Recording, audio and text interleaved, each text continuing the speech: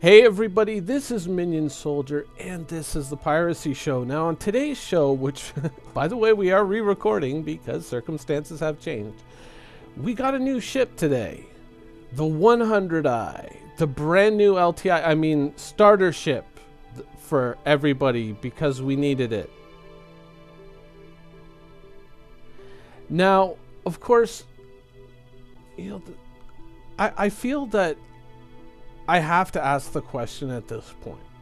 Now, I'm asking because this is my opinion, that do we really need another LTI starter ship? Do we? And in fact, do we need a new ship? Now, of course, the Star Citizen universe is supposed to be vast. It's supposed to be populated by many different ships made by many different manufacturers, and I'm sure there's going to be plenty of time to flesh that out in the future. But do we really need to add more work to the devs? Do we really need to heap yet another ship on the to-do list? I feel that if we're talking about a source of funding, like, oh, the game's gonna need more money or something like that. That kind of a discussion off on its own, and we're not gonna go down that rabbit hole. But if there really is a need for funding, do we really need to satisfy that with another ship? I mean, we have plenty of ships in the universe, and we already have an accepted precedent of reselling the same ship or a modified version of an existing ship as LTI, and the community has more or less just kind of accepted it. There are some people who dislike it, but it's become more or less an accepted practice.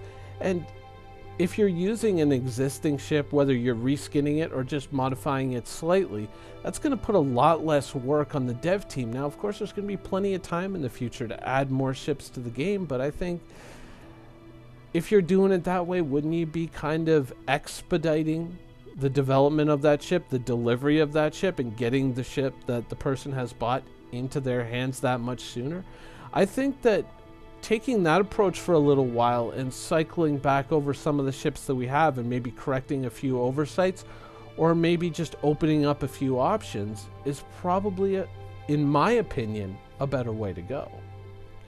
Let me give you an example. Take this ship, for instance, the Herald. Now, the Herald has a very storied existence. It started, it stopped, it started, it stopped. It finally made it to flight ready, and I still really love the ship. And I was one of the people that bought it day one when it originally came out on concept sale, which was November 1st of 2014. But few people will remember that this is not what the Herald originally looked like. The original Herald was asymmetrical. Now, it had some other features, like you can see on the second picture on the bottom right, it actually had a glass bottom on the cockpit, and the pilot had a very minimal display set in front of him, and he could, or she could, look down and see the ground in front of him.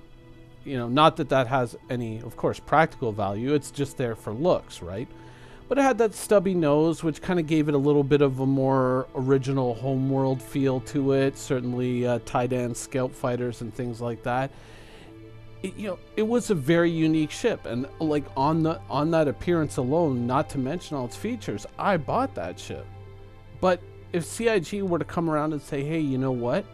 We're going to do a different kind of Herald. We're going to do a Herald B. Would you guys be interested in it? Hell yeah, I would. Absolutely. Now, of course, since I already own it, I'd be like, I'm going to do a 1-for-1. But as long as it has the same features as the existing Herald, I think it would be a lot easier for CIG to kind of rework the model than to create a whole new ship from scratch. I mean, a lot of the existing work could simply be replicated onto that ship with a few changes and modifications made. And it's something that you could easily sell, and it would give people who are interested in the Herald now, who maybe weren't around in 2014, another chance to buy into the ship and then maybe swap it to this Herald if that's what they want. Or if they like the asymmetrical look, keep it. Now, a while back, we had the next great starship, the contest where the Redeemer came out and won, and hopefully, apparently, is actually going to go into production at some point this year, possibly. But there's been a lot of community feedback, a lot of community suggested revisions to ships, and the Herald is one of those ships. Now, these are a couple of community suggestions. Now, they may not be your particular cup of tea, but obviously some people put some work into this, and maybe they would like to see that. Or maybe we can incorporate some of, when we saw the Hawk sale recently, they talked about the Shadow Hawk version, which was the stealth/hacking version of the Hawk. Maybe we could concept sale that. Since we're already going to build the Hawk, we can maybe build some of the variants as well that we've suggested. There's plenty of ways that you can still raise money for the game and maybe even add a little interest to the community. Hey, make some suggestions, and if you guys put up something that we really like, maybe we'll build that too. Now, of course, not everything is to everybody's liking, but it allows you to kind of go out there and maybe more broadly cover people's tastes within the confines of the design or the shape language of the different manufacturers within the Star Citizen universe. But, of course, we can agree that there are some ships that should never see the light of day, like National Socialist Herald, #NeverAgain. Recently, we had a contest for Pick the Next Drake ship. We had the Vulture, which won, which was the small salvage ship. And there, of course, it was neck and neck with the Kraken, which was the scout carrier, which a lot of people were interested in. But another ship was mentioned, which was the Drake Corsair, which was kind of like the equivalent of the Connie, but built around the idea of broadsiding enemy ships. Well, why can't we incorporate that idea into something like, say, Caterpillar? I mean, you all remember the Caterpillar? There's plenty of space on here. If you change the cargo pods around, you could mount turrets on the top or on the bottom at the same time. And you could use that as a ship to kind of cross the T, if you know what I mean, and fire broadsides at an enemy ship from either the right or the left. But obviously it would be weaker towards the front in terms of firing arcs. But for broadsides, it would be pretty amazing. Maybe that's something that you wanted to explore more. The Caterpillar would kind of be the perfect platform.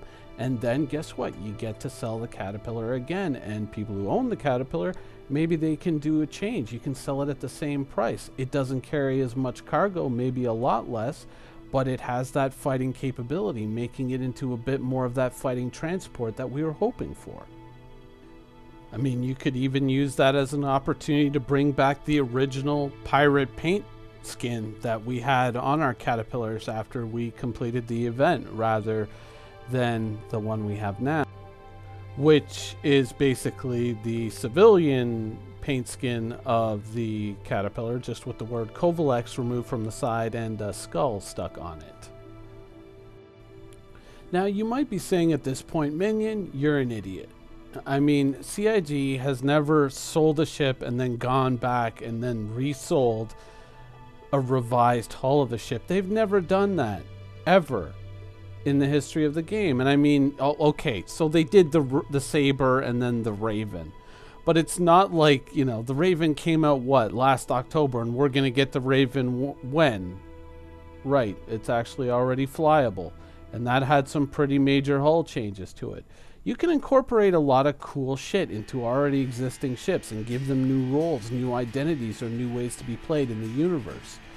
There's not really a need to just keep going back and selling another new ship and another new ship and coming up with an all original hull design every time you want to do something new.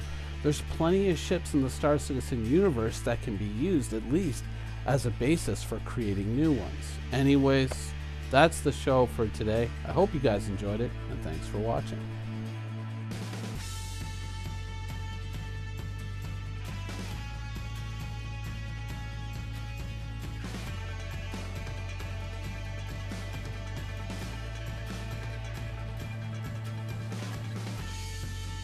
Thank you for watching. So if you want to keep up with the latest and greatest in Star Citizen and Squadron 42's development, please follow us on our social media channels. See you soon.